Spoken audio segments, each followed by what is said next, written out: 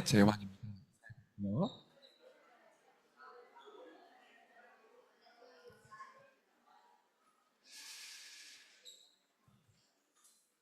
네, 한 번 더 인사합시다. 지금 우리 성가대 랩런트들도 들어오고 있으니까 들어오면서 여러분 인사하세요. 당신은 황제에 살릴 영적 황제입니다. 이렇게 인사할게요.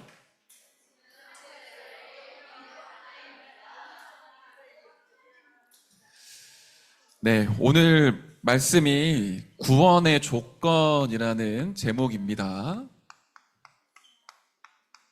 우리가 한 달 동안 에베소서 말씀을 같이 나누면서 이 복음이 무엇인지, 내게 주신 하나님의 은혜가 무엇인지를 확인하도록 할 텐데요. 예전에, 아주 오래전에 미국의 한 사업가가 있었어요. 변호사이자 사업가였고 굉장히 재산이 많았던 사람이에요. 미국에 전도운동을 크게 일으켰던 목사님 한 분 계셨는데, 그 목사님의 친구이자 그 목사님 교회에 그 돈을, 그러니까 헌금과 그 재정을 관리하는 회계 성도님이셨어요. 이분 없으면 안 되는 교회 안에 너무 중요한 분이었고, 미국을 살리는 전도운동의 핵심적인 사람이었거든요. 그런데 이분이 한창 이제 사업을 하고 하나님께 쓰임을 받는데, 이제 위에 이제 딸들이 있고 아들을 낳았어요. 아들이 4살 때 이제 병으로 죽어요. 그리고 몇 개월 있다가 이 사람이 시카고라는 지역에 회사를 가지고 있었는데, 시카고에 엄청나게 큰 화재가 생기면서 이분이 갖고 있던 사업장이 완전히 날아간 거예요. 재산을 거의 다 잃었어요. 그럼에도 불구하고 이분이 하나님의 사람이고 전도자이기 때문에 계속 전도자를 돕고 전도운동 될 수 있도록 자기 인생 전체를 드리는데, 어느 날 이제 교회에 전도운동하는 목사님이 영국에 전도 집회를 하러 가게 됐어요. 당연히 이제 이분이 따라가야 되니까 이왕 가는 김에 오랜만에 우리 영국에서 전도 집회하고 유럽을 좀 여행을 하자. 그래서 가족들이랑 이제 여행 계획을 세운 거죠.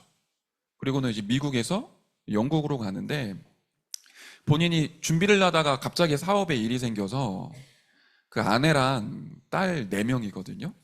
그 아내랑 딸을 먼저 배 타고 영국으로 보낸 겁니다. 그런데 얼마 안 있다가 소식이 들렸어요. 영국으로 가는 배가 다른 배랑 충돌을 해서 10분 만에 배가 가라앉았고, 그때 200여 명이 그 자리에서 목숨을 잃었어요. 그런데 누가 죽었냐면 이분의 딸 4명 모두 다 그 사고로 침몰하는 배에서 목숨을 잃었어요. 겨우 살아남은 게 이 사람의 이제 아내.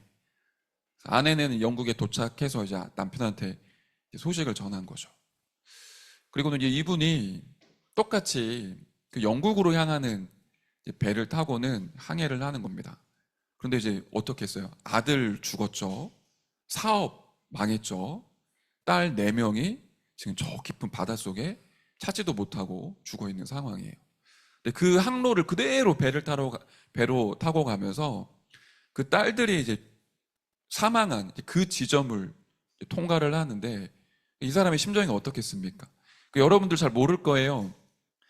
그 자녀 입장에서 아버지 어머니가 돌아가신다는 것도 진짜 슬프거든요. 아마 이 중에 있을 수도 있는데, 여러분의 엄마나 아버지가 일찍 돌아가셨다. 그거 굉장히 가슴 아픈 일이란 말이에요. 그런데 진짜 살아가면서 인생의 가장 큰 슬픔은 내 자녀를 떠나보내는 거예요. 근데 지금 아들 죽었고 딸 4명 전체가 다 죽었단 말이에요. 그것도 신앙생활 제일 잘하는 사람이 하나님 앞에서 자기 인생을 전도운동에 쓰여보고 싶어서 인생 전체를 드린 사람이 그런 사고를 당했으니 얼마나 심정이 무너졌겠습니까? 그런데 이제 그 딸들이 죽은 그 장소를 지나갈 때 이 사람이 하나님 앞에 기도하는데, 하나님이 이 사람에게 메시지를 주시고 다시 일어날 수 있는 힘을 주신 거예요. 그러면서 이 사람이 막 그 자리에서 가사를 막 쓰기 시작을 했어요. 그 찬양의 가사가 찬송가 413장이에요. 내 평생에 가는 길 여러분 들어본 적 있죠? 이 찬양 알아요?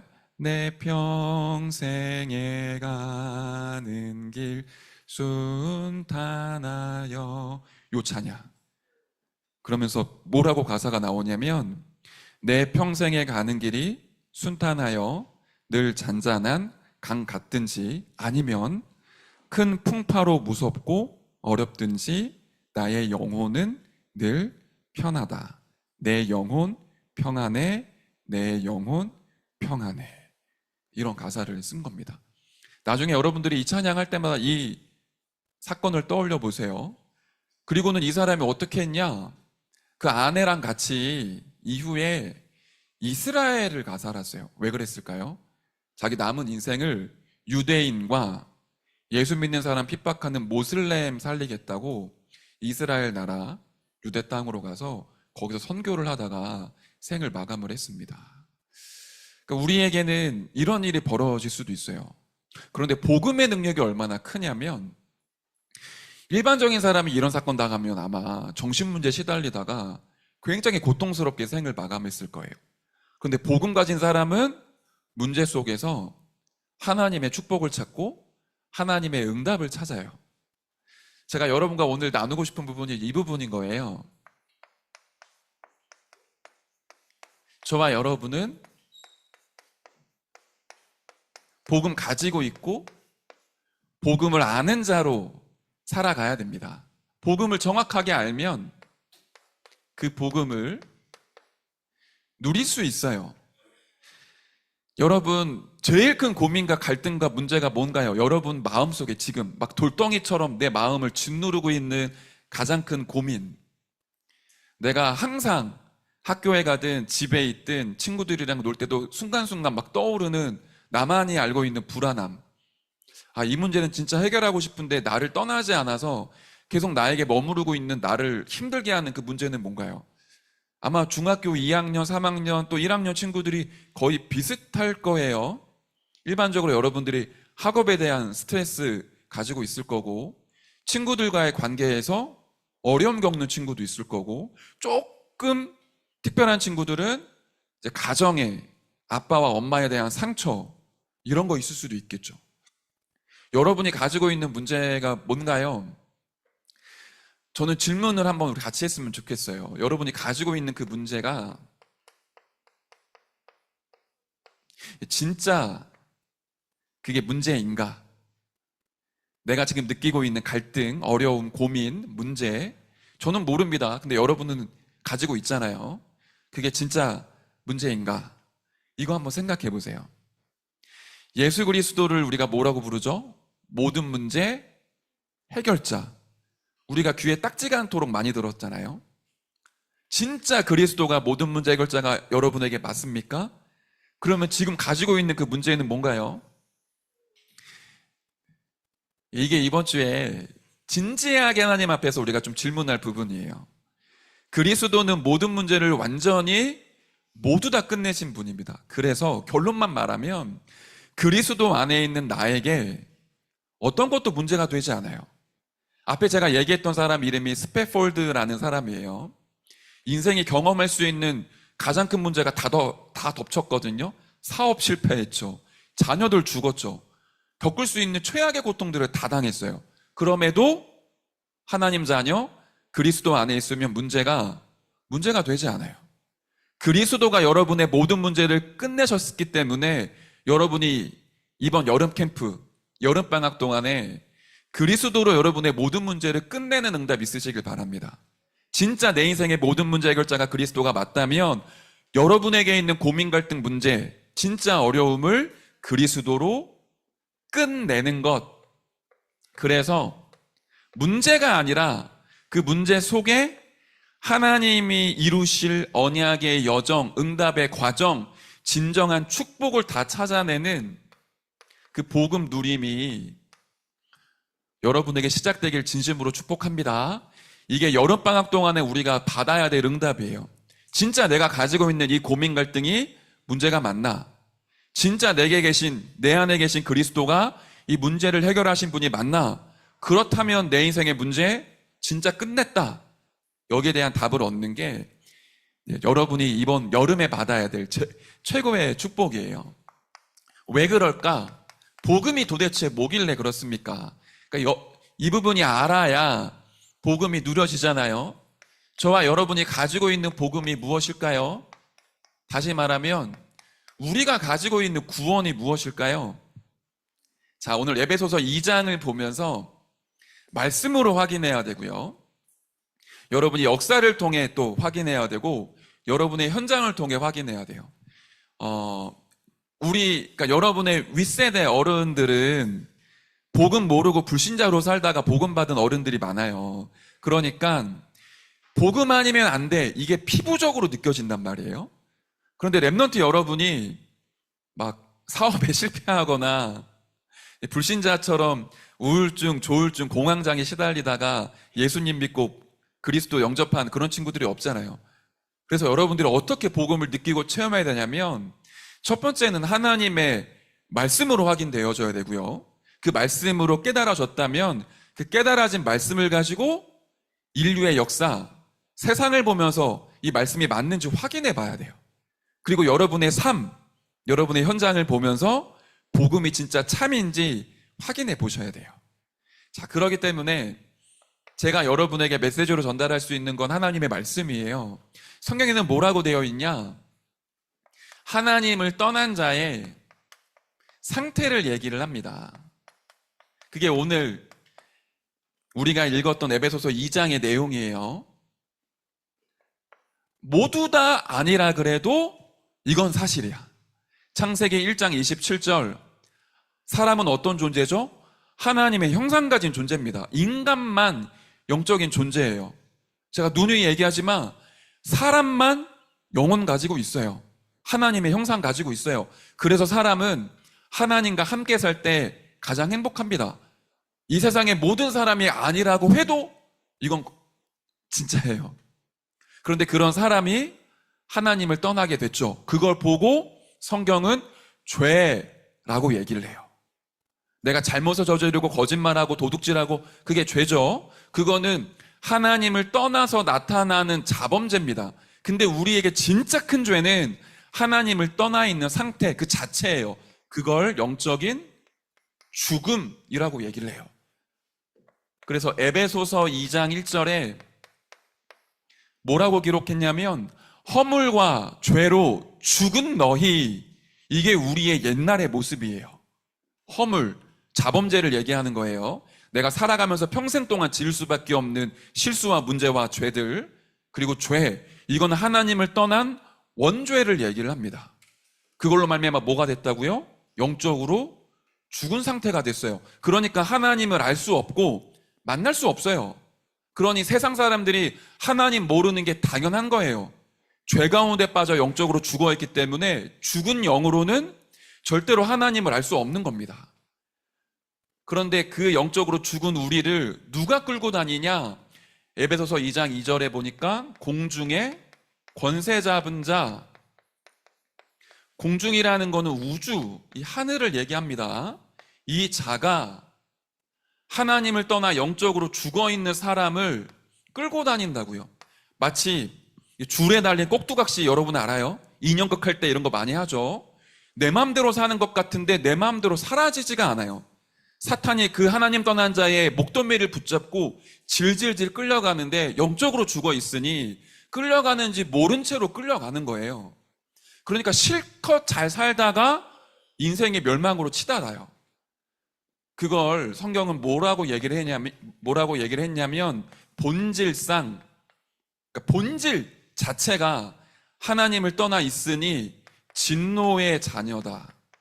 저주와 재앙을 피할 길이 없는 거예요.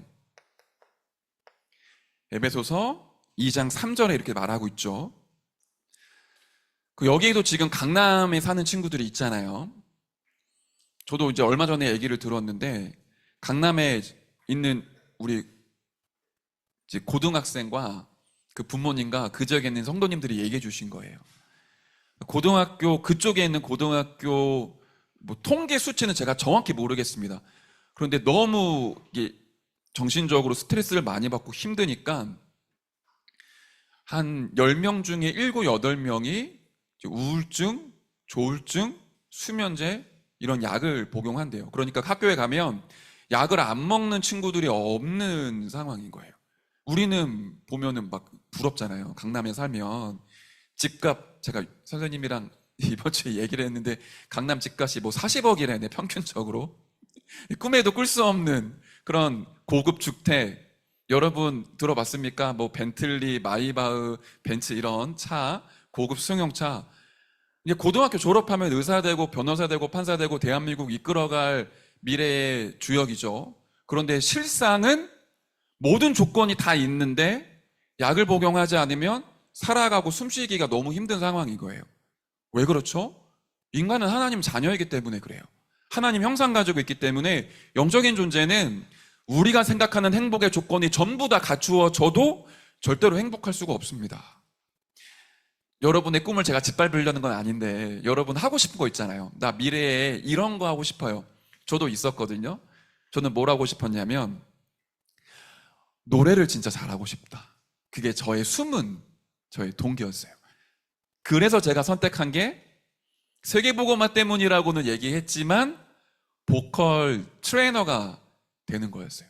그런데 잘 하나님이 열어주셔서 20대 후반에 그래도 좀 실력이 있는 보컬 트레이너를 제가 만나고 그분 밑에서 사사를 받고 그분과 함께 회사를 강남구 논현동에 오픈을 하면서 제가 정식 강사가 됐어요. 그렇게 제가 한 5년 동안 일을 했거든요. 저는 노래를 가르치고 노래를 잘하게 되면 너무 좋을 줄 알았어요. 물론 제가 막 김범수 나월 여러분이 얘기하는 사대천왕처럼 노래를 할 수 있는 건 아니지만 그래도 그 업계에서 많은 사람들을 가르칠 수 있는 실력은 딱 갖췄단 말이에요. 그런데 이거 웬걸?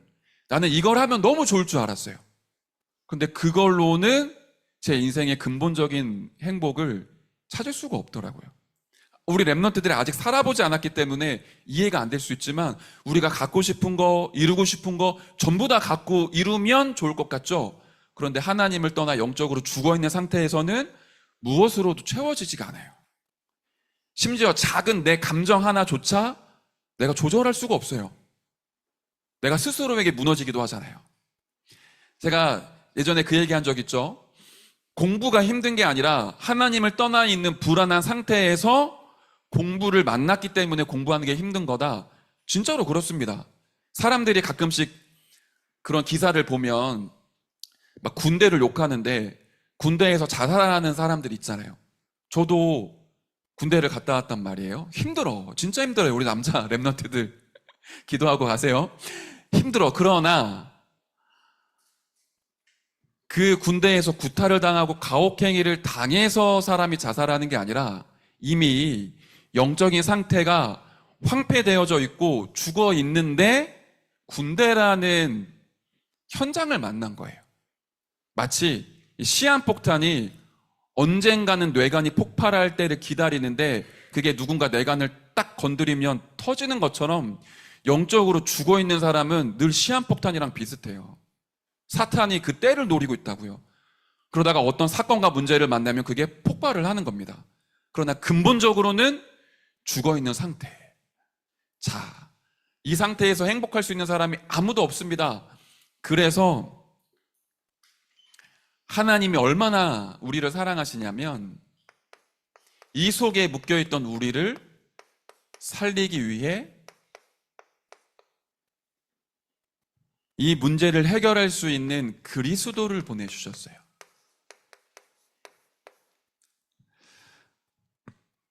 에베소서 2장 4절에는 뭐라고 말씀하고 있냐? 긍휼이 풍성하신 하나님이 우리를 사랑하신 그 큰 사랑을 인하여 이렇게 얘기하거든요. 하나님이신데 하나님이 이 속에 빠져있는 사람을 구원하시기 위해 누굴 보내셨죠? 그리스도를 보내셨습니다. 그런데 그 그리스도는 하나님이 직접 사람의 몸을 입고 오신 분이에요. 요한복음 1장 14절에 보면 말씀이 육신이 되어 우리 가운데 거하셨다. 요한복음 3장 16절에는 하나님이 세상을 이처럼 사랑하사 독생자를 주셨다. 이게 무슨 말인지 이해되나요? 하나님이 갖고 있는 보좌의 영광이 굉장히 큽니다. 근데 그 모든 영광을 버리고 자기가 만든 피조물, 자기 손으로 만든 사람의 몸을 입고 이 땅에 오셔서 그 사람들에게 조롱당하고 멸시당하면서 우리 인생의 문제를 해결하신 거예요. 여기 앞에 에어컨 조금만 틀어주세요. 제가 한 30살 초반에 갑자기 어느 날 자는데 배가 너무 아픈 거예요. 배가. 근데 상상을 초월할 만큼 배가 너무 아팠어. 저희 어머니가 제가 28살쯤에 뇌출혈로 쓰러지셔서 병원에서 좀 투병을 하셨단 말이에요. 그러니까 어머님도 몸이 안 좋으신데 제가 직장 생활하다가 어느 날 이제 밤에 너무 아파서 이거 안 되겠다. 이거 지금 병원 가야겠다. 이런 생각이 드는 거예요. 근데 혼자 가려는데 도저히 제가 혼자 힘으로는 119를 부르고 뭐 응급실 갈 수 있는 기력이 없는 거예요. 그래서 제가 이제 안방까지 기어서 안방문 열고 신음소리로 엄마 나 병원 가야 될 것 같아요. 근데 엄마도 지금 투병하시는 중인데 그 엄마가 진짜로 저를 데리고 병원을 우리가 간 거예요. 제가 무슨 병이었냐면 신장 결석이라는 병이 있어요. 그 신장에 이제 그 요도관에 돌이 끼는 거예요. 근데 이게 사람이 느낄 수 있는 고통 중에 1위부터 5위까지 있으면 담석, 결석, 애 낳는 거, 이제 불에 타는 게 뭐지? 화상? 이게 좀 비슷한 수치래요. 제가 그때 우리 엄마가 나를 이렇게 낳았구나. 제가 그런 느낌을 가졌는데 응급실에 갔는데 이제 신장 결석인 것 같아요. 이거 지금 내일 아침에 비뇨기과 가서 시술 받으셔야 돼요. 돌을 깨야 돼요. 근데 지금 여기 응급실에 사람이 없어요. 좀 참아야 돼요. 그리고는 진통제를 넣었는데 안 먹는 거예요. 너무 아프니까. 진통제를 5번이나 넣었어요. 처음에 이제 약한 거, 중간 거, 센 거, 마지막에는 뭐라고 얘기를 했냐면 이거 마약성 진통제인데 이걸로도 안 되면 어쩔 수 없어요. 이게 최고예요. 그리고는 이제 마약성 진통제를 마지막에 주사를 했는데 한 5분 정도 참을만 하다가 시간 지나니까 또 막 제가 너무 아픈 거예요. 그래서 진짜 한 5시간 동안을 그 침대 위에서 좌루 구르고 우루 구르고 막 엎드리다가 막 미치겠는 거예요, 진짜. 막 계속 아파하니까. 그러다가 아침에 이제 비뇨기과 가서 돌을 깼지. 깨고 집에 들어와서 쉬는데 저기 안방에서 엄마가 이모랑 통화하는 소리가 들리는 거예요. 우리 엄마, 이제 우리 태영이가 지금 아침에 뭐 병원 갔는데 뭐 이랬다 얘기하면서 뭐라고 얘기하는 게 저한테 들렸냐면 차라리 내가 아픈 게 낫지. 우리 아들이 아픈 걸 내가 보고 있는 게 너무 힘들었어. 이런 얘기를 하시는 거예요. 제 나이가 그때 30살이 넘었는데 그럼 우리 어머님 나이가 이제 50대 후반이잖아요. 60대 초반이잖아요. 그러니까 제가 그 얘기를 듣는데 나를 향한 그 아빠, 엄마, 아버지, 어머니의 사랑이 내가 생각했던 것보다 크고 변함이 없고 엄청나구나. 제가 이제 아기를 키우잖아요. 아기를 낳고 제가 얼마 전에도 선생님한테 그런 얘기를 했는데 아기를 낳아보기 전에는 어른이 아니다. 결혼을 했어도 아기를 낳아보고 키워봐야 어른이다. 이런 얘기를 했어요. 근데 진짜로 제가 아기를 낳고 키워보니까 그 하나님이 우리를 향하신 그 사랑이 얼마나 큰지가 진짜 요만큼 느껴져요. 여러분 아버지 어머니한테 잘하시길 바랍니다. 그 진짜 하나님이 우리를 향하신 그 사랑이 너무 커요. 근데 우리가 그걸 알 수가 없어. 어느 정도입니까? 사람으로 오셨어요. 근데 그 정도가 아니라 우리가 달려 죽어야 되는 십자가에 하나님이 우리가 당해야 될 모든 고통을 짊어지시고 여기에 올라가신 거예요. 여러분이 태어나면서 죽을 때까지 경험해야 될 모든 저주, 재앙, 고통, 질병을 예수님이 다 짊어지시고 십자가에 죽으신 거예요. 그 십자가의 죽으심을 하나님이 이렇게 예언하십니다. 이사야 53장 3절부터 6절에는 그가 찔림은 그가 상함은 우리의 죄악 때문이고 우리의 허물 때문이라. 그가 상하고 그가 채찍에 맞음으로 우리가 나음을 입고 평화를 얻게 됐다. 그겁니다. 하나님의 사랑이 너무너무 큰 거예요. 자기의 목숨을 십자가에 못 박으면서 우리를 완전한 승리할 수 있도록 길을 열어주신 거예요. 그리고 그분이 그리스도라는 증거로 모든 문제를 해결하셨다라는 증거로 부활하신 거예요.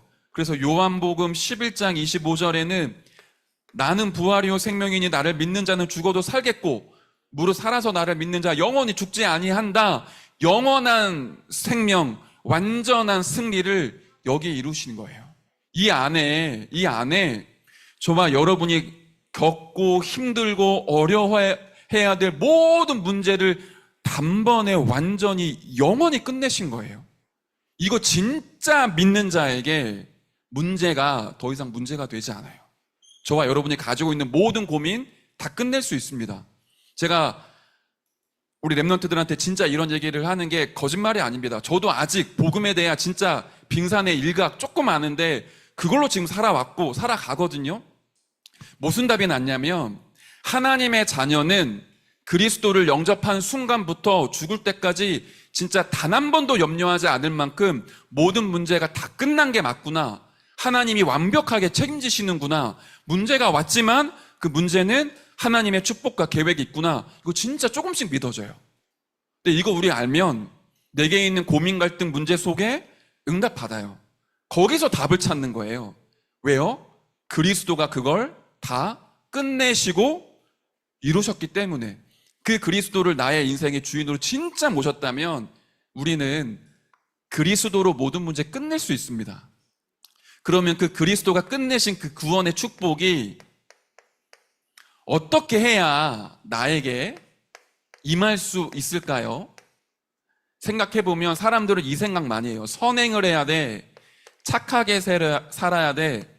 우리의 행위와 노력의 대가로 구원받을 수 있냐? 세상은 맞아요. 우리가 열심히 사는 대로 결과가 옵니다. 그러나 영적인 건 달라요. 왜냐? 이 축복은 어떤 걸로도 바꿀 수가 없거든요. 온 우주 만물을 다 우리가 얻는다고 해도 구원받을 수는 없어요. 다시 말하면 우리에게는 구원받을 수 있는 조건 자체가 없어요. 저와 여러분은 절대 구원받을 수가 없습니다. 하나님의 축복 받을 수 없어요. 그래서 하나님이 값없이 가치가 없기 때문이 아닙니다. 너무 값비싸기 때문에 우리를 사랑하신 그 하나님이 값을 조건을 달지 않고 우리에게 믿기만 하면 무엇을요? 예수가 그리스도 모든 문제 해결자 구원자라는 걸 진짜 믿기만 하면 모든 문제를 끝내는 그 축복과 응답을 주시기로 약속하셨어요. 그런데 신기한 거 믿어집니까? 안 믿어져요. 영적으로 죽어있는 사람이 어떻게 하나님 믿어요? 그래서 하나님이 믿을 수 있는 은혜까지 우리에게 주신 거예요. 그래서 구원은 대가가 아니라 하나님이 주신 선물입니다. 이게 너무 기가 막히고 감사하고 진짜 자다 일어나도 박수치고 찬양해야 될 일인 거예요. 이럴 수가 없어요. 여러분 뭔가 누군가한테 공짜로 선물 받으면 굉장히 기쁘지 않나요? 만약에 제가 여러분 한 명 한 명한테 사랑한다 그리고 100만 원씩 줬다. 저 그런 눈은 없지만 저를 그때부터 굉장히 존경스러운 눈으로 보겠죠. 김태형 목사님 정말 너무 사랑스럽고 존경스럽습니다. 그런데 우리는 온 우주를 가져도 바꿀 수 없는 구원의 축복을 하나님의 은혜로 공짜로 주셨어요. 내가 노력해서 얻은 게 아니라 하나님의 은혜를 주시고 믿게 해주셔서 저 구원의 축복이 내 것이 된 거예요. 그래서 이 제목이 굉장히 의미 있는 겁니다. 구원에 우리가 구원받을 조건은 없어요. 조건이 있다면 하나님이 은혜 주시고 믿게 해주셔서 은혜로 구원받은 겁니다. 그래서 하나님의 복음은 선물입니다. 그러다 보니까 뭐가 약하냐? 가치를 잘 몰라요. 만약에 우리가 진짜 일평생 동안 노력해서 뭔가를 수고해서 얻었다면 굉장히 소중하게 보겠죠. 그런데 그렇지 않고 공짜로 얻었기 때문에 가치를 잘 몰라. 그런데 여러분이 영적인 눈이 열려 하나님의 은혜로 복음의 가치를 진짜 본다? 그러면 완전히 우린 다른 사람이 되는 거예요. 자, 이제 마지막 결론을 볼게요. 이 구원의 축복을 우리 랩넌트 때 내 것으로 누리는 방법이 하나 있어요. 우리가 복음과 좀 많이 떨어져 있는 것 같고 안 믿어지는 것 같지만 점점 복음의 비밀이 나에게 가까워지고 구원의 축복이 나와 가까워지는 축복이 하나 있거든요. 우리가 많이 들은 단어입니다. 그게 집중이에요. 집중. 우리 랩런트들은 복음 알고 있고 가지고 있기 때문에 하나님을 향한 집중, 복음을 향한 집중 조금만 해도 하나님이 계속 믿어지는 은혜를 주시고 깨닫는 은혜를 주세요. 더 나아가 복음을 내 것으로 누릴 수 있는 힘과 능력도 주십니다. 그런데 우리가 다른 건 다 괜찮은데 집중이 잘 안 돼요. 뭘 많이 하냐면 집착을 하거나 분열되어 있어요. 그래서 여러분 이 단어 한번 기억해 보세요. 나에게 이 시간이 있어야 돼요. 멈추는 시간. 게임하는 거 잠깐 멈추는, SNS 하는 거 멈추는 시간. 여러분 좋아하는 넷플릭스, 뭐 디즈니 채널, 애플, 좋아하는 드라마, 영화 멈춰야 돼. 끊임없이 우리는 뭔가를 향해 가거든요. 나도 모르게 이 속에서 나라는 존재가 하나님보다 앞서서 막 달려가요. 그러다 보니까 진짜 하나님을 만나고 찾고 함께하는 축복을 우리가 잘 몰라요. 이 시간 이번 주에 회복하시길 바래요. 저는 개인적으로 랩런트들한테 아침 또는 잠자기 전 30분 제일 좋습니다. 밤에. 그리고 또 한 가지 단어를 기억해 보세요. 고요한 시간이 있어야 돼요.